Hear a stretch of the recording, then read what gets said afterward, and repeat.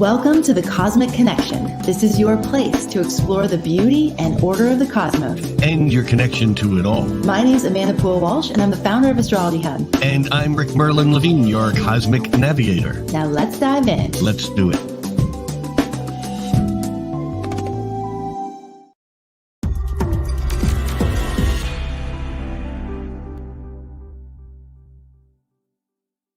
Well, hello, everybody, and welcome. It is so great to be here with you all. Today, we are going to be exploring a very interesting topic all around creativity, consciousness, and the cosmos, and how we're at a place in time where we're being invited to go beyond the third dimensional reality in our practice of astrology. So exploring some of the non-physical dimensions, more subtle harmonics that are we can see in the astrology, but not necessarily in the astrology that many of us have learned and the more traditional way of looking at charts. And that is where things like creativity and consciousness and soul are found. So, Rick, I'm so happy that you're here to lead us on this exploration today. Oh, I'm happy to be here. This is one of my favorite topics, or actually a topic that for me was like my gateway drug into so many other facets of astrology that just didn't answer the questions that I had. What was that? What was the main question that you were exploring? Well, the main question that I was exploring is how does metaphysical become physical? How do I look around my room here, and I just have hundreds, maybe thousands of things, many of which have complicated stories and constellations of peoples and events and books that are not about the book, they're about the person that wrote the book, and it's just, and so this in some ways has manifest around me out of nothingness. And we, each and every one of us, have our little constellation, whether it is in physical things or in metaphysical experience. We have these collections. I like to call them constellations because things fit next to things that make a bigger picture. And how does this come into being? And it really, to me, contradicts one of the basic things that many of us were taught in school, and that is my microphone seems to be wanting to droop. Okay, there we go. Stay there. There's a wonderful book, incidentally, by Lyle Watson that is called The Secret Life of Inanimate Objects, which actually has a piece of overtone in what we're going to be talking about. But the thing is how come some people are more creative than others? How can some people go through life and not collect many? And again, when I say things, I don't mean physical things. I mean experiences and skills and expressions and whatever, and other people amass a universe of them. What is that? And this goes back to, in some way, what I was saying before, a fundamental error that many of us learn in school early on.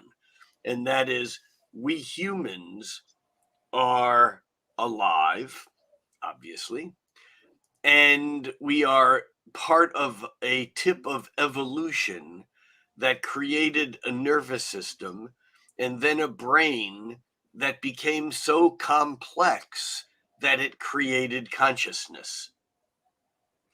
That, in other words, consciousness is an epiphenomenon of developing physical psychology, brain, memory, things of that sort.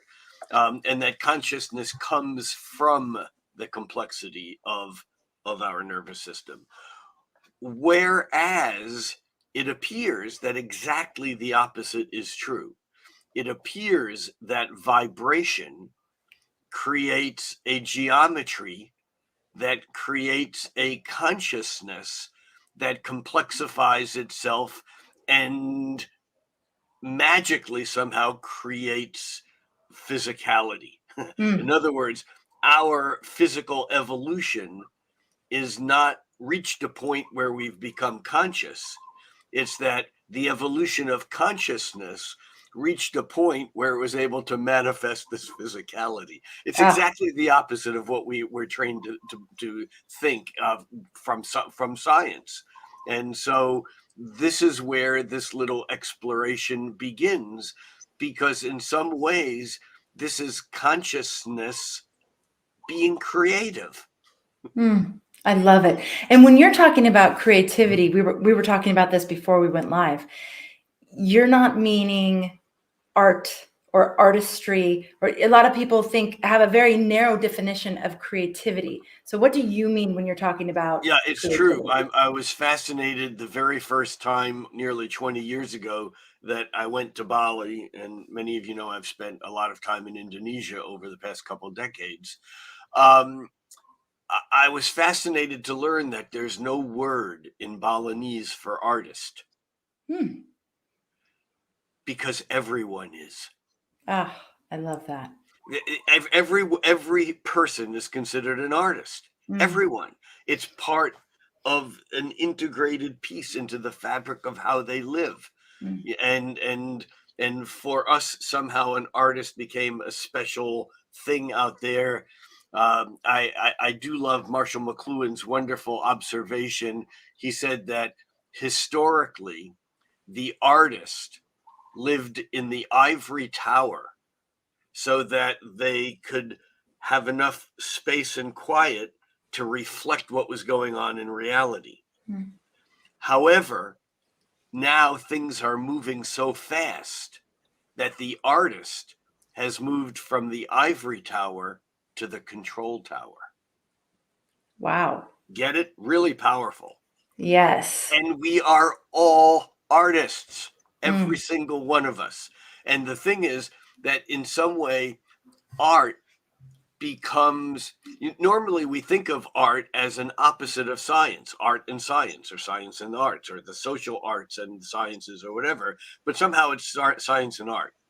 And if we think about it, I hate to go if we think about it because I was just going to talk about thinking, but if we think about it, science has to do with the right hand, the left brain, because the hand and the brain sides are swapped, which has to do with logic, which has to do with thinking, which has to do with not gender, but male energy, meaning yang energy.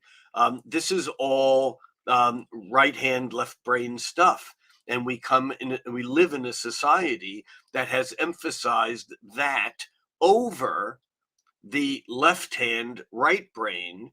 And the right brain is the feminine or yin, and again, I'm separating this from gender for lots of good reasons, as we know. But the left brain is the side of our brain where we think about time and feelings and things that are not logical, emotions, the subjective, if you will. Um, and it's really intriguing that over the past few thousand years, that we have put a heavy emphasis on science over art, because science is the right hand, left brain, yang, and art is the left hand, right brain, kind of the softer, the more reflective, the more emotionally. Art is in some ways the opposite of science. Art is not rational. Science has to be rational. It has to use ratios and logic to bring its next conclusions in. And there's, just as an aside, there's a wonderful book by a man named Leonard Schlain, Schlain, medical doctor. He was a professor of surgery at Stanford Medical School. And he wrote a book called The Alphabet and the Goddess. And in it, he makes the case for how the development of the linear alphabet emphasized the left side of the brain, because that's the side of logic, linearity, and cause and effect, if you will, which is the right hand, which is why he claims the patriarchy, as the alphabet was developed, overcame the matriarchy, which was a more integrated left hand, right brain thing. And one other thing before we leave this little kind of introductory part of the subject is that it's intriguing how deep the judgment goes for science against art, for logic over emotion. And it's very simply this: in Latin, the words for right and left are dexter and sinistra. So a right-handed person, that's the hand of dexter.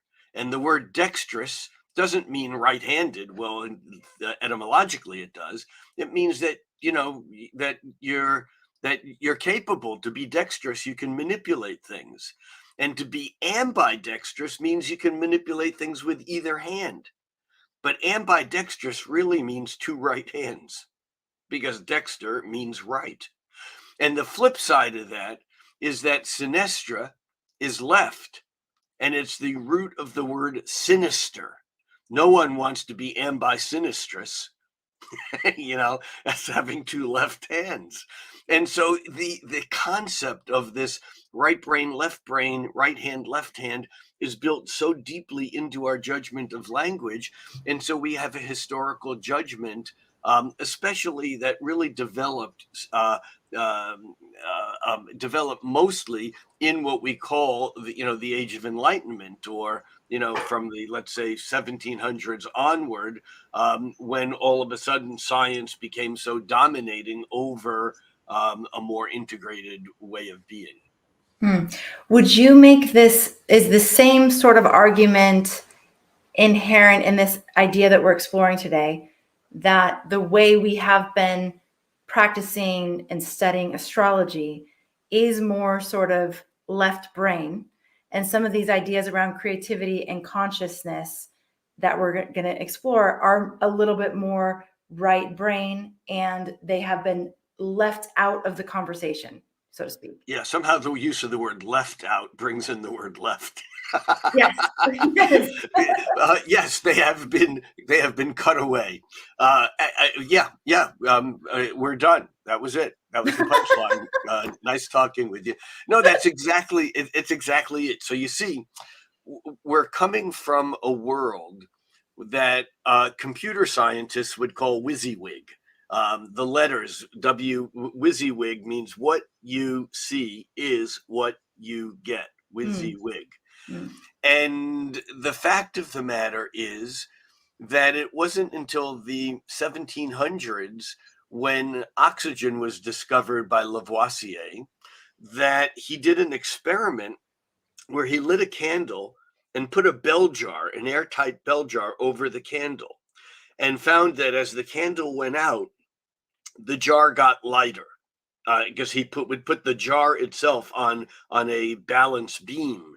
And so as the candle burned, the balance beam went so that the candle became lighter, and the obvious conclusion was something was there that the candle was burning up that was no longer there.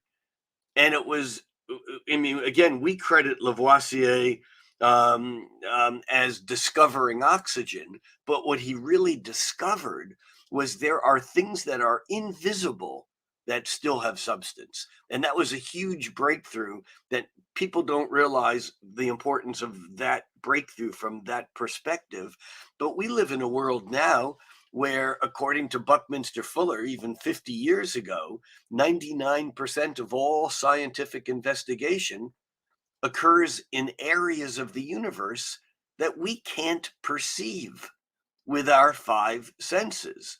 And it's a huge shift, because astrology and other things 300 years ago, 1,000 years ago, was based upon things that you could see. no one looked at their chart to see when a good time to do yoga or meditation was. Well, that may not be true in the Vedic tradition a little bit, but the point is that astrology was largely concerned with prediction of events. In other words, saying before they happened what would happen, things like marriages and divorces, and who would win a war and who would lose a war. And these were the things that, and medical situations which are physical. Remember, it wasn't until the early 20th century when Sigmund Freud, however politically incorrect some people think that he is and was, that Freud connected the idea of a mental condition creating a physical condition. That was his great breakthrough. It wasn't psychoanalysis. It was the idea that a physical condition could be created from a nervous system. And so, like a neurosis. And so the point here again is that astrology, like everything else, was concerned with survival. It was concerned with how our body was, with when we were going to get married or divorced or buy a home or move or things of that sort. And it really wasn't until astrology kind of smacked into theosophy in the late 19th century, late 1800s, actually around the decade of the conjunction, the once every 400-year conjunction of Neptune and Pluto, which was incidentally the same time that Sigmund Freud was writing The Interpretation of Dreams, which started this whole cultural dive into the non-physical dimensions. And that's what we're really talking about here, because creativity is not building a house if you have a blueprint. That's a skill, and that there is a certain, mechanical requirement, and that you need to know how to do. It's a craft. Maybe that's a better word. But creativity is actually dreaming up a new type of house to build and then building it. And so, historically, we do have people who were creative, but they stand out like can't think of the word. They stand out amongst other people because there was very few people who were creative at the level of a William Blake or a Mozart or a Beethoven. I mean, these people were considered to be creative. And the reason is that creativity was largely programmed out of us so that we could be productive. And so astrology, as it kind of meshed with first theosophy, and then with depth psychology, and that kind of came to a new height in the mid 20th century, in the 1950s, 60s. An astrologer named Dane Rudhyar, who incidentally was a theosophist, began to write about what became called humanistic astrology, or the astrology not of predicting events, but the astrology of consciousness. The astrology and consciousness is not measurable. We have scientific ways of creating metrics, measurements around someone's height, someone's weight, the color of someone's eyes. But that falls apart when we go to measure someone's creativity, because it's metaphysical, meaning it's next to the physical. It's not physical. The color of your eyes is physical. And the word physical really, in some ways, means that we can perceive it with our sense of sight or touch. That's what makes something physical, or even hearing to some extent. But hearing is a crossover, because with hearing, is music physical? Well, it turns out that in fact it is, because there's patterns, cycles beating against our ear, vibrations, like once every, second, or for music, for it to really be heard, it's hundreds of times a second. And that beating against our ear creates musical notes. So even music is physical, but we can't see it. So it feels like a crossover. And so this whole idea of creativity in a chart is interesting because it's not going to be shown by the physicality of a chart. You remember, when we look at a chart historically, we're looking at lumps of rock in space, physicality. We're looking at the moon and Saturn and the horizon, the ascendant. These are all physically knowable things. And yet somehow we're trying to extrapolate something that's magical, that's non-physical, that's metaphysical, that's artistic, that's creative. And traditional astrology doesn't do a very good job of doing that. And actually, it was back to Dane Rudhyar who really reintroduced a concept that was first discovered by Johannes Kepler back in the early 1600s, late 1500s, early 1600s. And that concept that Kepler stumbled upon or developed because he was A, a brilliant mathematician, and B, he was fascinated with music. In many ways, Kepler was kind of like in the direct lineage of Pythagoras, who gave us the musical scale, not only the Pythagorean theorem, but the musical scale as we know it, which is harmony, which is vibration. And so Kepler, basically understanding this concept of harmony and vibration, we'll dig into that some other time. Basically, he realized that what we called astrology, built upon a cycle of 12 signs in the zodiac, was missing some things because there were harmonies that fell through the cracks. It's almost like if you thought the entire universe was based upon automated teller transactions. And so there was only $20 bills. And then one day you discover, because you've always used an automated teller, one day you discover there's not only $10 bills and $5 bills and $2 bills and $1 bills, but there's silver dollars and quarters and nickels and pennies, and all of this wonderful complexity would be something that you didn't know about if you thought the entire universe was handled by automated tellers. Well, in a way, Kepler looked at the world of astrology and saw the Ptolemaic aspects, which are all based upon the zodiac, which is divisions by 12. And the magic thing about 12 is you can divide 3 into it and 4 into it evenly. And dividing 3 into it gives you 4 squares, and dividing 4 into it gives you 4 triangles. And so these triangles and squares become the basis of astrology. The squares are the modalities, the squares are the modalities where we have the 4 elements: fire, earth, air, water. And the triangles are the modalities, which are cardinal, fixed, and mutable. And so you end up with triangles and squares, and those are physical. And Kepler came along and said, what happens if you divide the circle by 5? It doesn't fit into this realm that we thought. And it was this division by 5 that created the quintiles, which are 1/5, and the biquintiles, 2/5, 5-pointed star. And Dane Rudhyar wrote about this because, as a theosophist, he was aware of the non-physical dimensions of the universe and of consciousness, and therefore of astrology. And Kepler called the quintile the aspect of talent. And I've always found that so fascinating, because talent seems to go along with being artistic or being creative.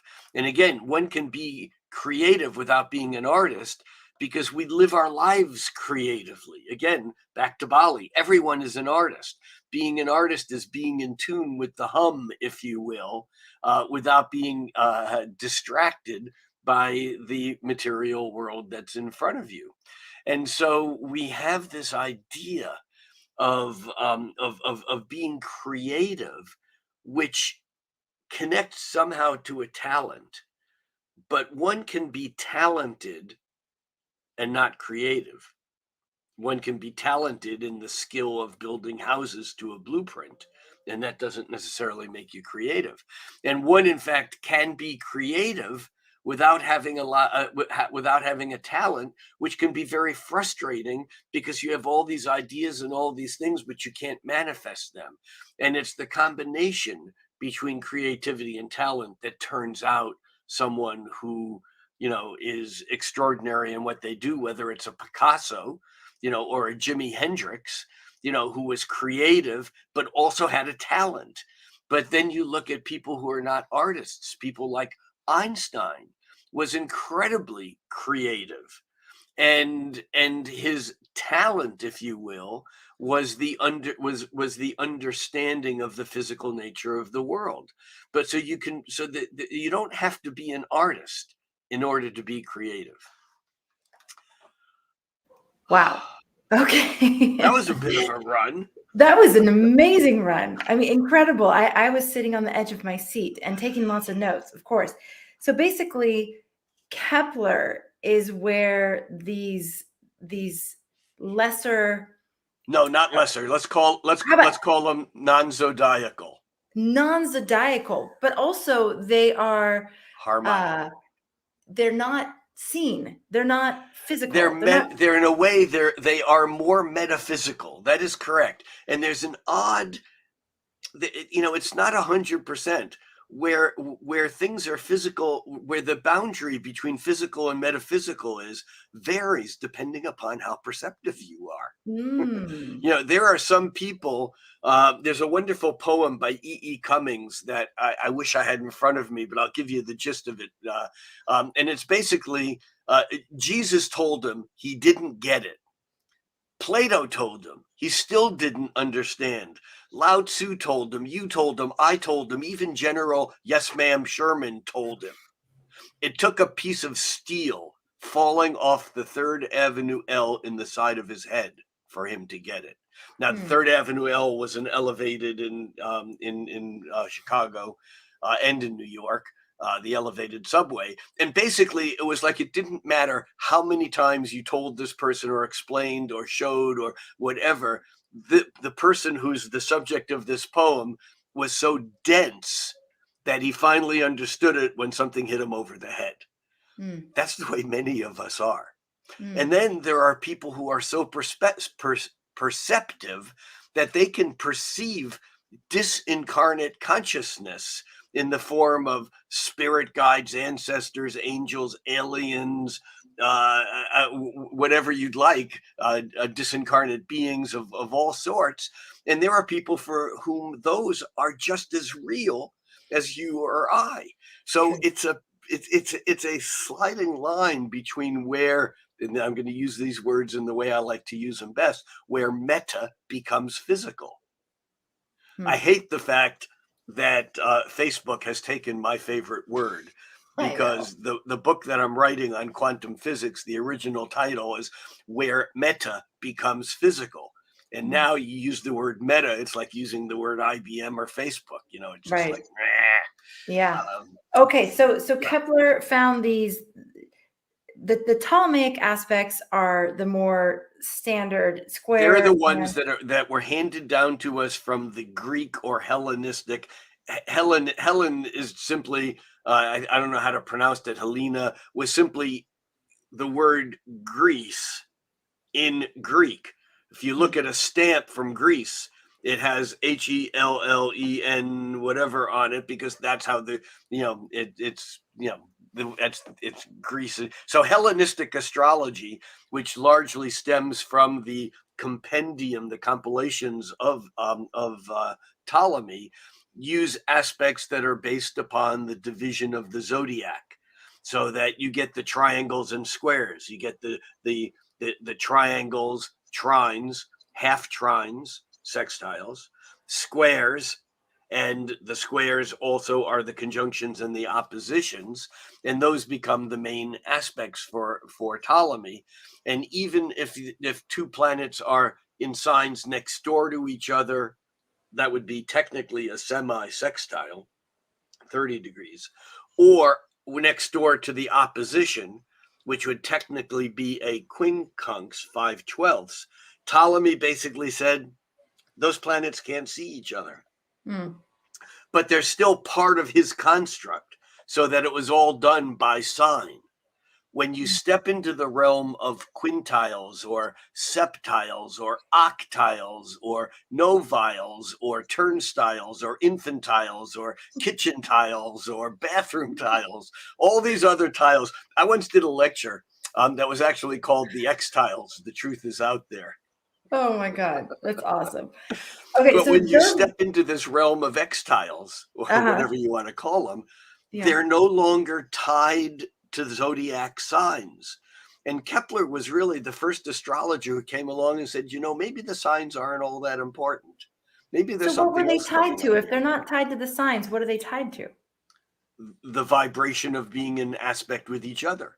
And this is what harmonic astrology is. This is what David Cochrane's work in vibrational astrology is. This is what John Addy, the breakthrough British astrologer from the 1950s, in his work in essays on harmonic astrology, he kind of broke that mold into that realm where although we all use, the fact that this planet's going into this sign or that sign or whatever, or my moon is in the sign of Cancer, or my sun is in the sign of Aries. We all think that these are important things, and maybe they are. I'm not doubting that. But maybe more importantly is, how is the sun harmonizing or in aspect to all the other planets in my chart? So this is where harmonics becomes an important thing. And harmonics can be a scary word to people, but it's really, we think of the word harmony. Two notes sound good together or they don't sound good together. That's harmonics. And do you see astrology going more in this direction, where we're actually... Yes. Yeah. Wherever you're going with this question, yes. Because we're moving more and more from the physical to the metaphysical, from the hardcore three-dimensional reality into the realm of spirit and soul. And when we talk about spirit and soul, how do you look at a chart and understand or even touch the concept of soul?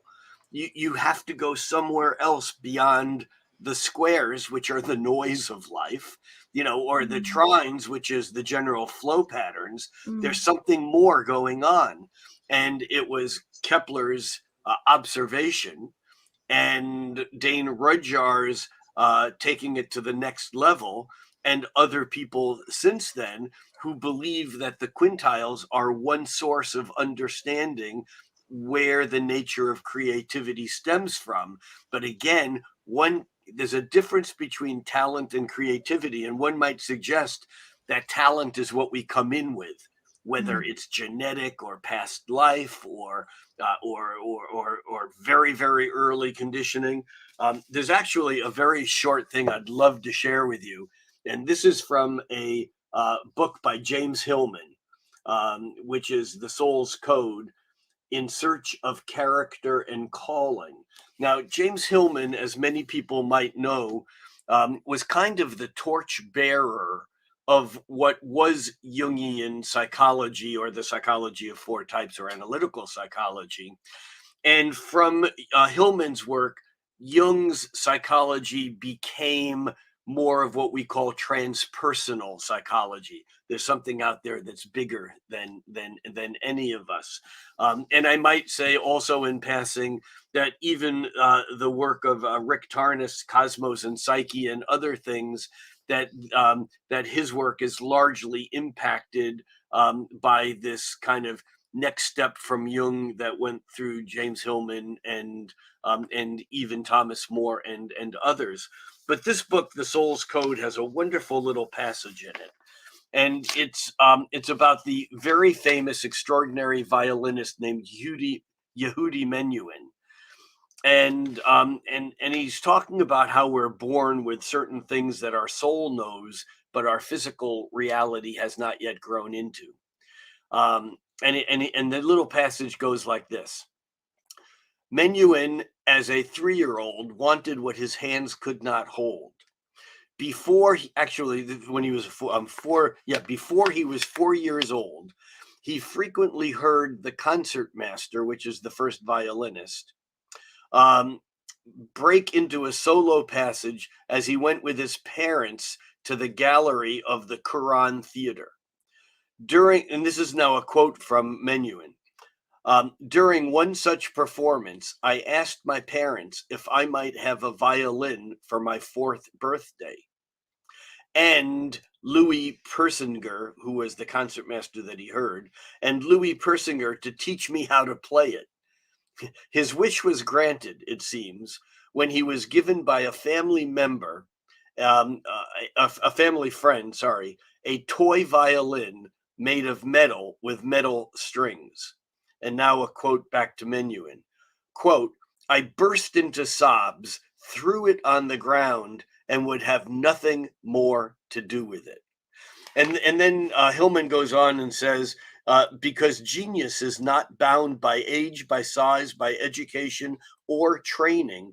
Each child is too big for its britches and has eyes bigger than its stomach. And he goes on to talk about how, the soul knows what the body and the being does not yet know. And I think that this touches on quintiles and it touches on creativity, because one can be creative. And obviously, Yehudi Menuhin's parents bought him a real violin somewhere early on and saw to it that he got lessons. And he became one of the greatest violinists the world has ever seen. But what if they didn't? What if no one ever put a pencil or chalk or paints in the hands of a Picasso? What if William Blake had never studied engraving? These are become interesting questions because they had creativity, but they also had a talent, and yet talent isn't enough, because even with talent, you listen to recordings of Rachmaninoff playing one of his impossible to play piano concertos. And he could play it not because he was talented, but because he was talented and he developed the skill by practicing hours and hours and hours and hours and hours until his fingers were raw. And that's what made him great. And so there's an interesting dance between this whole idea of being creative and being productive. And the truth of the matter is, just to bring this around to astrology, is that when you look at someone's chart and they have a lot of quintiles, they're creative. Or at least you can assume that. You really have to discuss it with the client. But unless there is a strong square or trine off of one of the planets in that quintile, they may not be able to manifest that creativity in the 3-dimensional world. Whoa. Do you understand that? Yeah, that's fascinating. So they're working together. Oh yeah. The metaphysical harmonics and the more physical aspects of the square and the trine and opposition, all those, they actually have to work together in order to make something real in this reality. Exactly. And again, though, it is the meta that creates the physical. Right. That's what comes first. Can I say, Mindy in the audience says, Yeah. ew, I think I love this. I was seeing 144 everywhere yesterday. I forgot it was a biquintile till just now. I am so used to just looking at the chart and forget the numbers that correlate with it. Okay, how does Mindy know that 144 is a biquintile? What does that mean? Well, how do you know 90 is a square? I know how you know that. You know that a square is 1/4 of a circle. 4 into 360 equals 90. Right.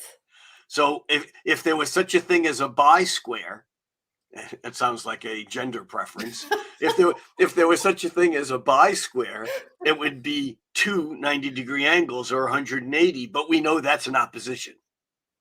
Okay. All right. Right. So a quintile is 1/5 of a circle. 360 divided by 5 is 72. A biquintile is 72 and 72, which is 144. It doesn't reduce down to anything less than that, so that it doesn't have a more simpler denotation. And in fact, in the Astrology Foundations level 3, we're really going to dig into how the names of all these aspects that sound complicated aren't complicated at all. They're just based upon harmonics, because a square, which is 1/4 of a circle, or 1/4, think of the bottom part of the fraction, 1/4, a square is the fourth harmonic. A trine, 1/3 of a circle, is a third harmonic. Two squares, which is 2/4, which equals 1/2, is still as a part of the fourth harmonic, because it fits into the so a quintile is 1/5 of a circle, 72 degrees. It's the fifth harmonic. And by the same token, we can divide 360 by any number, even if it doesn't come out in the zodiac, and for that matter, even if it doesn't come out as a whole number. When we get into the 1/7, the septiles, it's a number that's, you can't even express it as a decimal. It's one of those numbers like pi. It just keeps going forever and ever and ever, but it doesn't make nature not use it. Look, nature uses pi all the time. You watch an ocean wave hit the shore and you see all these bubbles. Nature's calculating out pi to an infinite number of places in order to make all those bubbles, because they're all circles. Whoa. That's fascinating. Yeah. The way you just said that. That's amazing. Okay. So you said that Kepler called a quintile the aspect of talent. And then no, that was Dane Rudhyar. Oh, Dane Rudhyar did. Okay. And then we've had this discussion about talent and creativity. What's the biquintile? Is that the aspect of what? Well, it's still the fifth harmonic, just like the fourth harmonic. The squares, the oppositions, and even the conjunctions are all in some way tied to either conflict or inside outside, or two things trying to be one. They all have a similar resonance. The quintiles, meaning the quintile and the biquintile, are both about creativity. Now, one could imagine that since the quintile, 72 degrees, was closer to a conjunction, and the biquintile at 144 degrees was closer to an opposition, one might imagine that quintiles are more internal than biquintiles. And I've seen that to some extent, but quite frankly, when I'm looking at the quintiles, I just say fifth harmonic. Even when I used the word just now, quintiles, I would include quintiles and biquintiles all together, because they're all part of the same hum. Okay, so if someone has a lot of quintiles or biquintiles in the chart, you know that this person is creative. Well, let me put it this way. Yeah, the short answer is yes. But creativity is expressed in different ways. Right. Because that person might just have a charisma, something about them that's a hum or a buzz that just doesn't come through when we look at the chart. Some people just have that magic. Right. The it factor. Say again? The it factor. Yeah. And that can come from these aspects, not just the quintiles, but even the septiles, which become even more complicated as the harmonic number goes up. The aspects often become more complicated. But just sticking to the quintiles for a minute, the thing about quintiles is that they're a crossover between the physical and the metaphysical, because it's where the vibration becomes manifest. There are quintiles naturally in nature. Where? Starfish. A rose is a 5-pointed star with rounded points on the 5-pointed star that spirals inward. And the quintile is actually an aspect of Venus.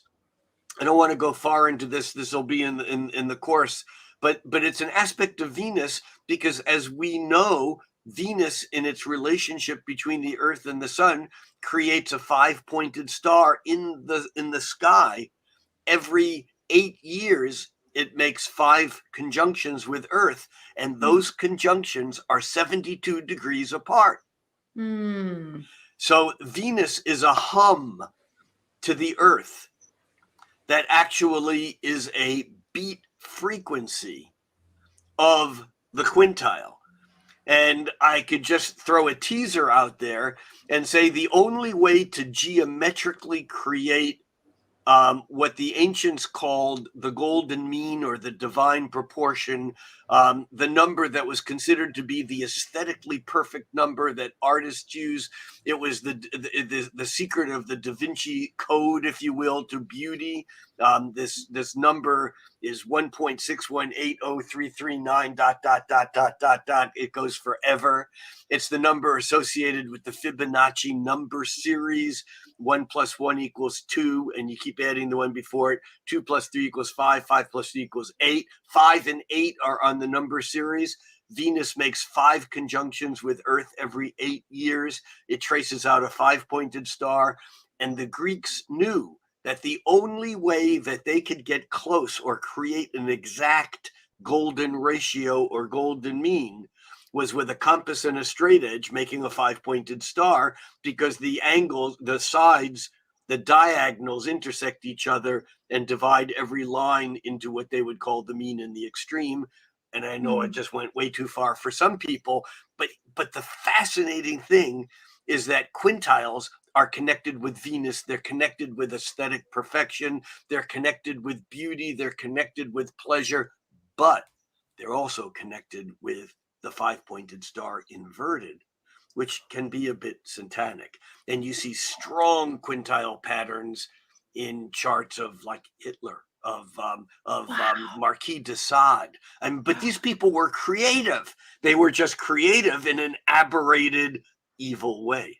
Whoa, this is so interesting. It brings us back to the beginning, at one point in the conversation when you were talking about, if Picasso had never been given a paintbrush, there you go. The violinist didn't have the violin, it maybe those ones with the strong quintiles weren't given a healthy outlet for that creative energy, and as you may know, Adolf Hitler was a bit of an artist, but frustrated in that world. Whoa. Okay, so Pebbles asks, are quintiles in the chart common?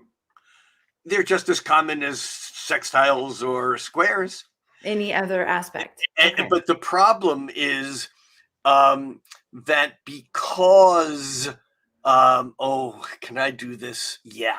The problem is because astrology was largely written by guys for guys, it's largely attracted to that right hand, left brain, logical, three-dimensional world where things that are meta to physical just stay invisible. And so from that standpoint, the quintiles, for example, because they don't fit into the 12-fold cross, and make no mistake, when I said squares and triangles, the cross is a square. The symbol for the Catholic Church or for Christianity is a square. It's just the lines left in it. And the square represents physical reality. In sacred geometry, in astrology, the aspect for manifestation, if you want something to happen in a chart, it's basically conjunctions, squares, oppositions. And so the Christian tradition is built upon the sacred geometry of the 90-degree angle. If it's not physical, if it's not real, it doesn't exist. Remember, it was the Catholic Church that made the use of cipher, which was the Arab invention or the Arab take on the Chinese invention of a symbol for nothingness. And the reason why using Arabic numbers was illegal in the Catholic world was because it was the work of the infidel. It was satanic because it was based on a symbol for nothingness. And it Mm. wasn't until Leonardo Fibonacci, the same guy who gave us the Fibonacci number series, it wasn't until he wrote a book called Acer Libra, which is the book of numbers, in which he taught in Italian how to calculate using these Arabic numbers. It wasn't until that book came out and people began doing it that the Catholic Church basically said, okay, ciphering is okay, except we're going to name it with something Italian. The zero. It's Italian. It wasn't an Italian invention. It was an Arab result of Arabs bringing that tradition in. But the point here again is we have this whole thing of somethingness and nothingness. And quintiles have been considered to be a minor aspect. Yeah, you got mad when I could feel you bristling when I used the word lesser aspects because before. they are less important, and they are less important if you're looking at the physical dimension. But if you're looking at the metaphysical dimension, squares are less important. It reminds me of a story of a guy who studies with a lama in Tibet. He comes back to the United States. He meets a woman. He gets married. He has kids. He becomes the director of a big corporation. He retires, and he decides he's going to go back and see if his old teacher's still alive. And he goes back to his teacher from 35, 40 years ago. And the teacher goes, how are you? And the guy goes into the story of his life. And the teacher goes, I don't care about any of that stuff. How's your spiritual practice? That's the quintile. It's all the physical stuff is irrelevant. It's what's going on in the metaphysical realm. That's what's important. And that's why the recovery and the everyday use of the quintile and septiles and other harmonic aspects are so juicy, because they allow us to get to a part of astrology that we didn't know existed. And the other problem with referring to quintiles as minor is that we end up using very narrow orbs. And I meet people all the time, because this is often something that I talk about with astrologers, obviously. It's like, oh, they tell me I use quintiles. I use quintiles all the time. I go, oh yeah, well, what kind of orbs do you use? Well, I use 1.5 or 2 degrees, because they're a minor aspect. Now, this is the same person that's used. Remember, the orb is the number of degrees away from exact that you would allow it for an aspect. So for a conjunction, we might allow an orb of 8 or 10 degrees, depending, some people less, some people more. But let's say we used 8 or 10 degrees for a conjunction. And let's say we used 7 degrees or something for a square. Again, these numbers can vary from practitioner to practitioner. And let's say that same person would use 3 degrees for a sextile, because typically the numbers in modern astrology for the orb get tighter and tighter, lesser and lesser, as the harmonic goes up, so that the conjunction is a first harmonic wide orb. A square, fourth harmonic, a little tighter. A sextile, a sixth harmonic, a little tighter. A quincunx, 5/12 to 12th harmonic, even tighter. But then they come back and say, but I only use 2 degrees for a quintile because it's not important. Well, it's not important because you've put the cart before the horse. Or as Tom Robbins once wrote, don't put Descartes before de horse. Well, Rick, I'm so grateful you're such a champion for the quintiles and the biquintiles and the septiles. And it sounds incredibly important, not just in the way that we practice astrology. No, it's about the reintegration of our soul. Exactly. It's about the feminization, or let me just say the equanimity, the gender equanimity returning to astrology. And it's just one facet. I'm not the only. There's people all around who are doing different pieces and different facets of of this. But just to finish this thought off, so I can let it go, is that you're not using quintiles if you're giving them a 2-degree orb.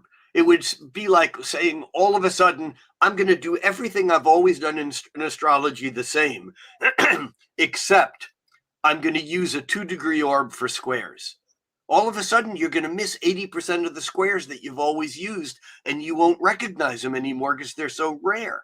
Wow. For a quintile, just as an example, my rough aspects, I use wide aspects because I'd rather have the net collect the fish and then throw back the ones I don't want rather than never seeing them. So for quintiles, I suggest that everyone in their mind or on a piece of paper write down what they use for the fourth harmonic and the sixth harmonic. The fourth harmonic is squares. What orb do you use for squares? I'd use 8 degrees. And what harmonic or what orb do you use for sextiles? That's a sixth harmonic. I'd use 3 degrees. So for me, 8 and 3 are become the boundaries. And you have to use something between the two of them. I use 5 degrees for a quintile. And when I tell this to traditional astrologers, they go, it's not only crazy using quintiles, it's insane using that many degrees. And my comment or response is, no, it's insane not using that many. Wow. Okay.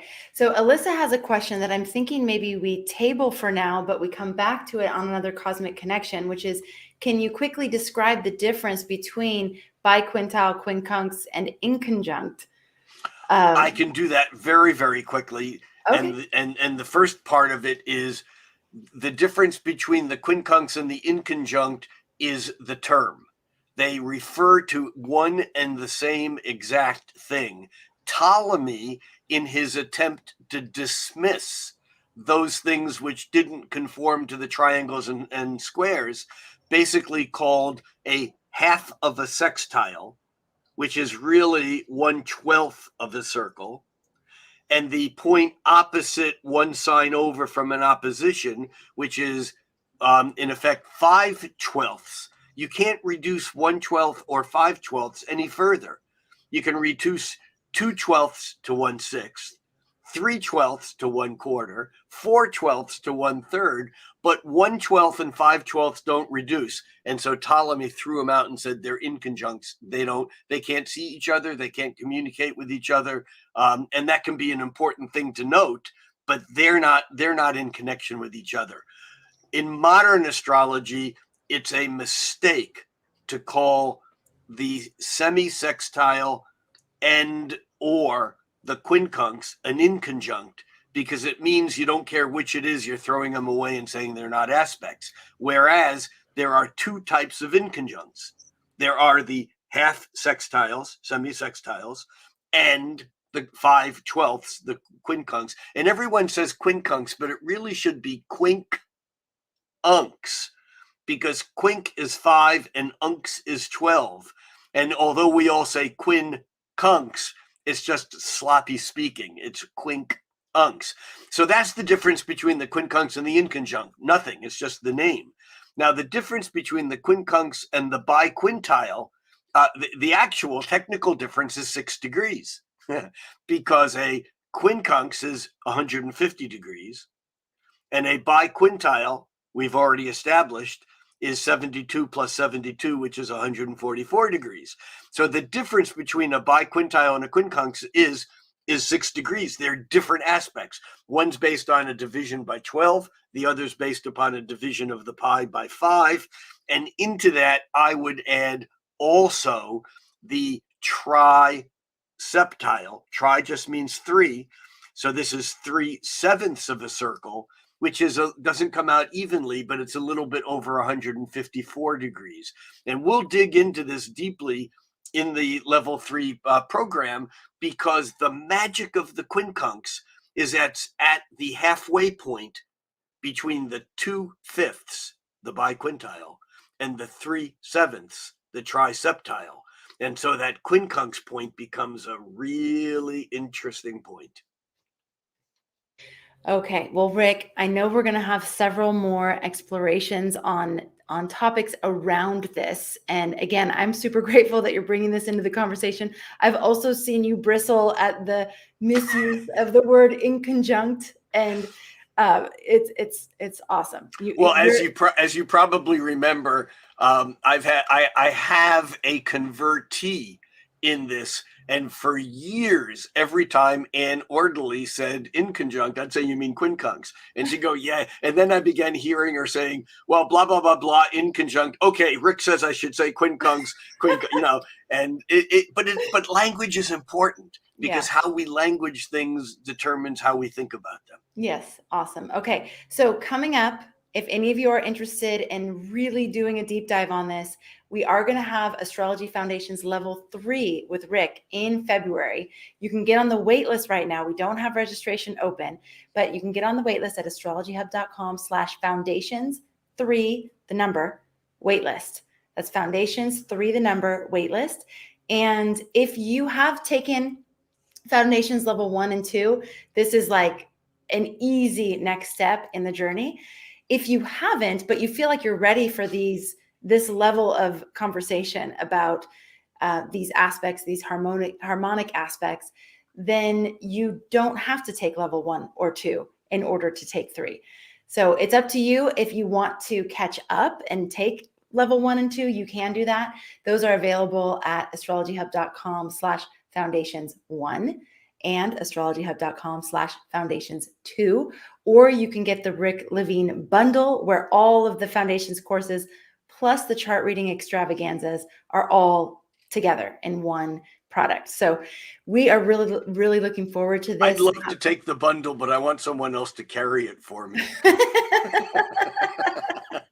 I'm so excited about the Foundation 3. It's going to be a really, really interesting thing. And some of the things we've talked about today, we will be going deeper on because there's such an important relationship between this idea of touching what's not there, of finding the soul in a chart, of making charts come alive in a way.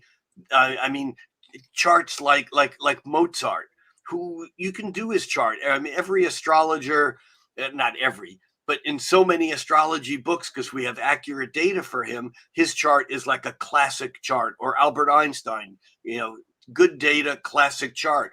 But when you bring in the quintiles, all of a sudden the magic of it comes alive and you realize, oh my God, I had no idea that that's what I was missing. Wow. And the same thing is true with other harmonic aspects. I don't want to complicate or fall into that land right now. But what I love about that is there's always these new aspects of ourselves that we get to discover in astrology, and it sounds like people will be exploring this in the charts of other people, but there also could be some hidden gems about you that you get to realize. I can't tell you how many people that I've worked with, including astrologers that we would know by name who have been astrologers their whole life, looking at their charts and telling them that their sun and moon was septile exactly. And all of a sudden it's like, oh my God, you have no idea what this explains that I have never quite understood. And so in our own charts, I've seen again and again and again people react, to those to that concept. And by the way, Monica by the Shore has asked what my opinion on the number system based on 10 or 12 is. And it's not really about my opinion. It's about what is. I mean, we use a base 10 counting system in all of our arithmetic and math. However, timekeeping is done on a base 12.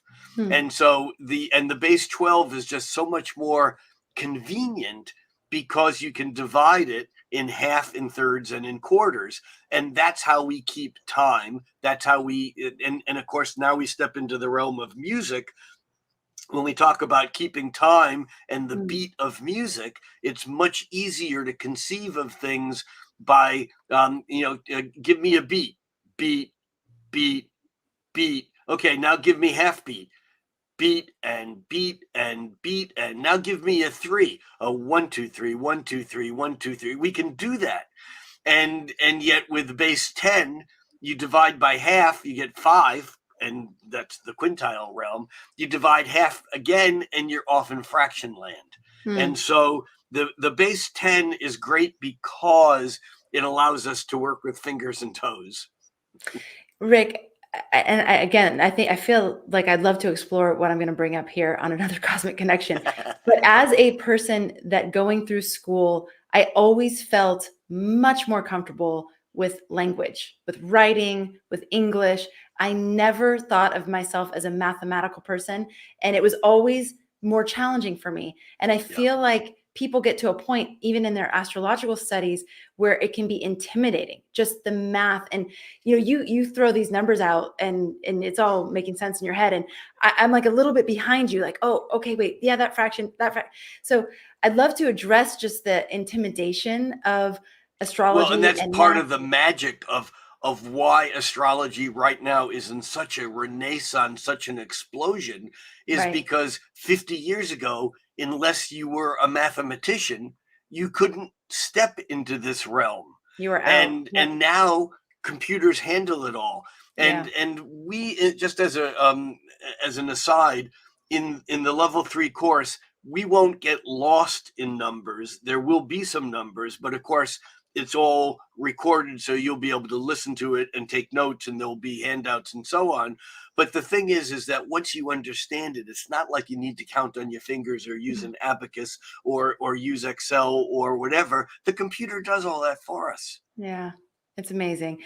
It's just another example of the way new realms are opening up to us in this time. There's more being revealed, and I always feel like that's because we're ready for it.